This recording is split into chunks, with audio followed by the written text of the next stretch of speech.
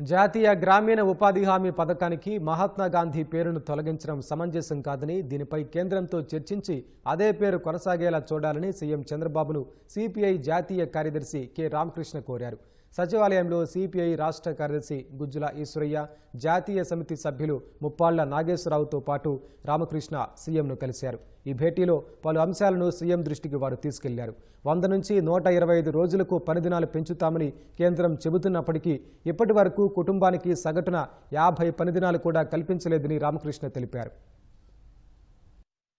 ఎక్కడ పనులు కల్పించాలో అది కూడా కేంద్ర ప్రభుత్వం నిర్ణయిస్తుంది. రాష్ట్ర ప్రభుత్వాన్ని పక్కన పెట్టేసి, పైగా గతంలో 90% నిధులు కేంద్ర ప్రభుత్వం భరించేది, ఇప్పుడు 60% వారు కుదించి 40% రాష్ట్ర ప్రభుత్వం భరించాలంటుంది. ఏదైతే గతంలో గ్రామీణ ఉపాధి హామీ పథకాన్ని వినియోగించి గ్రామీణ పేదలకు పనులు కల్పించిందో మొత్తం ఆ వ్యవస్థ అంతా కూడా దెబ్బతినే ప్రమాదం ఏర్పడింది. 40% నిధులు కేటాయించే పరిస్థితుల్లో మన ప్రభుత్వం లేనందువల్ల ఇవాళ రాష్ట్ర వ్యాప్తంగా గ్రామీణ ప్రాంతాల్లో ఎవరైతే ఉపాధి పొందుతా ఉన్నారో ఆ వ్యవసాయ కూలీలు, ఇతర చేతివృత్తుల వారందరూ కూడా పెద్ద ఎత్తున దెబ్బతినే అవకాశం ఉంది.